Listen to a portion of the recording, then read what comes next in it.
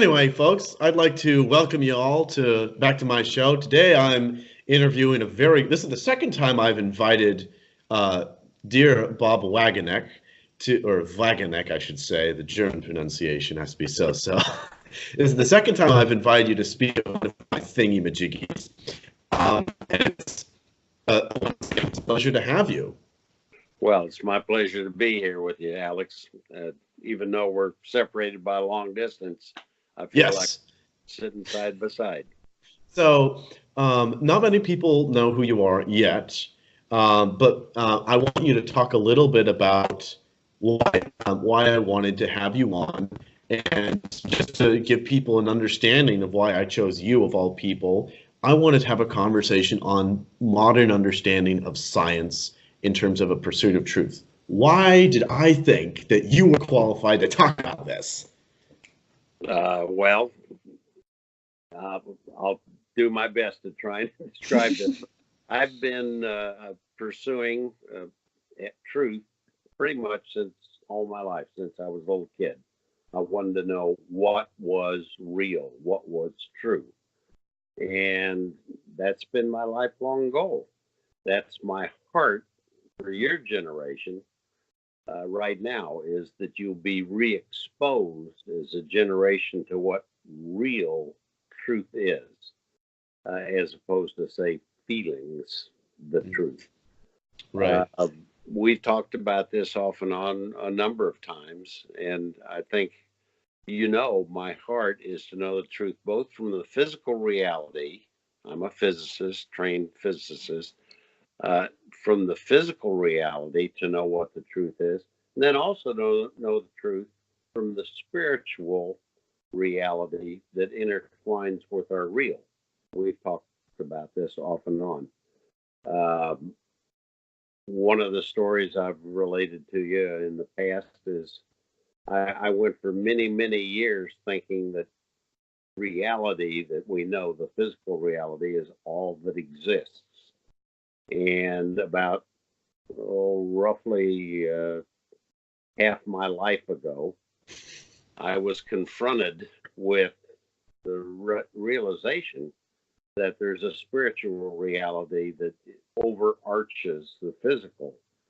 And I've been pursuing what true reality is ever since. It's not something our society, our civilization today pays much attention to. And I have a passion to reintroduce people to the pursuit of truth. So that's my guess why you might have wanted to have me on here. Well, it's a pretty good guess. For further context, could you go in? You talked very briefly that you were trained in physics. Yes. Could you explain what exactly that training was? Where'd you go to school, and why you don't think that matters? Because I very often hear you trash your own academic credentials. If you don't mind explaining. Sure. Well, undergraduate school, my slight accent may give it away. Undergraduate school in University of Texas, Arlington, Texas. And not Arlington, Virginia, but Arlington, Texas. Right. Although I did live in Arlington, Virginia when I was a real young kid. So yes, okay. Both places. Okay. And then I did my graduate work at Northwestern University Technological Institute, north of Chicago, Illinois. I was really blessed to be involved in the pursuit of physics, mostly in solid state physics, working at Texas Instruments back in the 60s, and at Santa Barbara Research Center out here in Santa Barbara, California. Subsequent to that, I've been involved in many of the enabling technologies which form the basis of our civilization today, technological innovations. So why doesn't all your experience and your education, your professional contributions, do you believe that is a major aspect to your understanding of truth, or should I necessarily use that as a gauge whether or not you're a fair person to tell me what is truth? Okay, well, I'll see if I can put it. It was a tough question. And I don't hold to titles and a person's name with 10 different accolades hanging on the end, because that's all glorification of a person. I've learned enough of what reality is to totally humble me at how little I truly know. And so that's one of the main reasons I don't try to come across and say I'm a really smart kind of guy. Um, the more you learn about what is, the more humble you should be about how little you truly know. But I do know the things that I do know, You and I know. can speak. I know, yeah. So I can speak to what I have learned. But yeah, I'm not. I don't try to come across as humble. In fact, I don't even have to work on it because I'm humbled frequently Yeah. in life and by life. So, yeah, I have learned a few things. I'm now in that part of my life. I'm a part of the forgotten generation. That's the age group I'm in, and I've rephrased that as the forgetting generation. Forget. Yeah, because that's what happens to you. Well, if that's the case, then I better pry as much wisdom from you as I can before you head out the door, if you That, don't mind. that's why we're here. That's why That's we're here. absolutely. So you talked very briefly about a spiritual realm overarching the physical, but you didn't always believe in the spiritual realm. So what would you say convinced you of the spiritual, Well, as a person who was always a materialist? yeah. How'd you make that jump? That's a pretty big jump from my generation standards. Well, I didn't jump so much as I was pushed, and I'll explain that to you. But I'll make this story short because it's an hour long total story, but I'll do it very quickly. My wife and I and the kids moved out from Texas 47 years ago. And I was, like you say, totally, the material world was all it. I'm a physicist. I believe in real facts. My wife fell, broke her back, and was paralyzed from the waist down. She was a Christian at the time. I was not. And they took her to the hospital. The doctor took x-rays. I looked at the x-rays and he showed me them. And the backbone was one end went south and the other end went north, separated.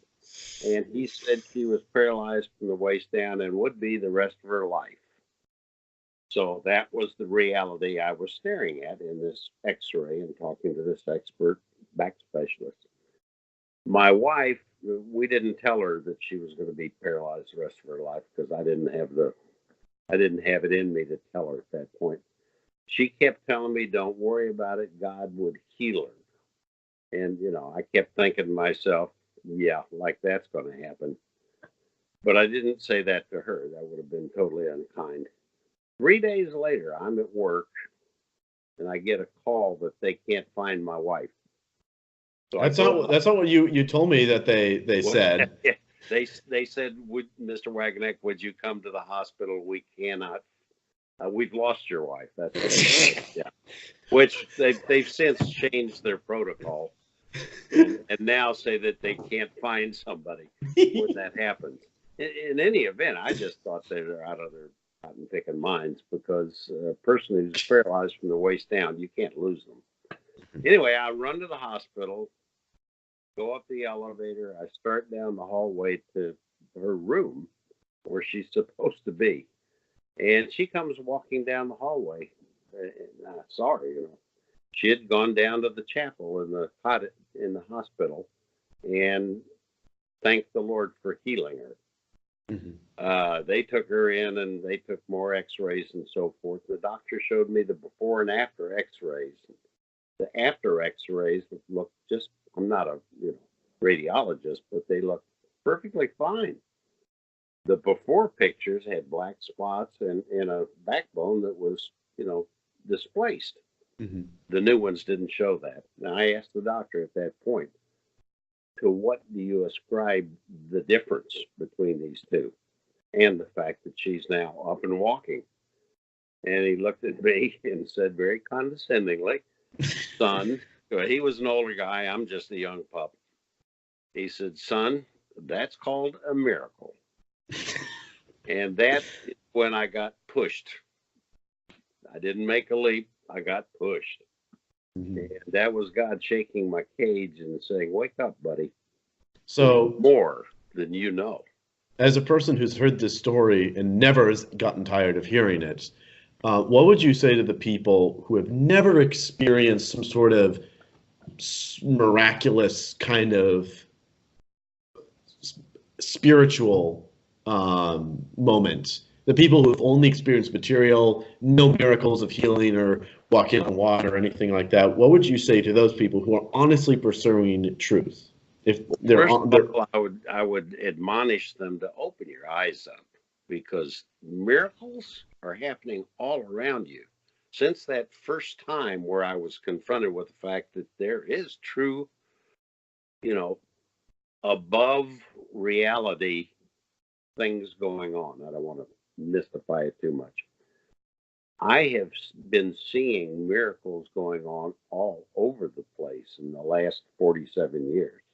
So I would say to the people who say there aren't any miracles, open up your eyes and look around. You'll see them. They are happening. You're just not really trying to find them. You're trying not to find them. And I'm not saying that in a mean sense. I'm just saying I understand when you have a predisposition to think a certain way, you filter what you see through that predisposition. And that's where I used to be. And now my eyes are really opened up and I see miracles all over the place. So I do would you, just admonish people open your eyes, look around, you'll see them. so you said you were just a young pup when this happened. How old were you? About 33, relative. 33. Right now I'm You're a real young 21. pup. Yeah, I'm a baby pup. I'm a newborn pup basically. So a lot of people, I would say my age, pretty much are, and statistically speaking, people have their opinions set in stone between the ages of like 16 and 25, give or take. Right. So as a 30 whatever year old, you had a major shift. I mean, that's a pretty radical shift. So I think that's very, very fascinating that even in your 30s, you can make a major change like that. So, Well, and I'm now, well, I'm 78 now, pushing on the door of 79. slightly older pop. Slightly older, yeah. I said it was 47 years ago, 46. Okay. But I am finding that I'm more flexible to understanding truth more every day. So I totally hear you. You tend to get fixed in your ways and rigid, but there's a distinct possibility that you in life can change to the point where you become more and more moldable, flexible, and that's really an interesting thing. It Yeah. truly is, but it's a whole different kind of life that you have. And, Yeah. and I'm talking about when you have a relationship with the living God. I'm just going to jump right to the thing. Over the last 46 years, the God who made that miracle and shook my cage and kind of gave me that push. Well, you didn't kind of give me a push. He did give me a push. Uh, and he's radical, by the way, just for whatever it's worth. God's not, well, he's radical. Over the last 46 years, he's been more and more expanding my ability to see, my desire to want to know, and my, uh, I'll call it an ability, but my perception of what true reality is. Not just the physical reality, but true reality, which includes all the spiritual elements. And I'll just tell people if there's anybody that watches this video subsequently who's a little bit up in age, don't sit back. There's a whole life to live that is truly exciting and ultimately an eternity to live beyond this one. So the truth that I love so much, actually I found out there is a man that 2,000 years ago came to this earth who is capital T, truth. He is the one you want to go find because he'll reveal all the rest of the truth to you. And that's been the journey I've been on for the last 46 years. And yeah, I was pretty fixed in my ways at the age of 33. I really thought I had the world by the tail and moved out 1,500 miles away from Texas where we lived. No family, no friends, nothing. And all of a sudden, my wife was paralyzed. And by the way, our insurance had expired at that point. So I was going to go broke pretty fast, taking care of my wife and two little kids. And yeah, I was really rigid at that point. And then God broke the shell that I had built around myself, and he's been remolding me ever since. It's a phenomenal journey, and I love to know the truth. Amen. Amen. Well, we're running out of time, but I want to thank my dear brother Bob for great, not just storytelling, but also powerful testimony on your life. Thank you so much for coming on. Well, my pleasure, Alex. And I hope your generation, who really hates the hypocrisy they see around them, I hope they can really go find the truth and not become hypocrites on their own way. Yeah. But real. We'll cover that in our next podcast. And to catch our next podcast, I really hope you folks subscribe, like, share, and tell everyone that next podcast is coming in 2 days. We'll see you then. Bye, folks.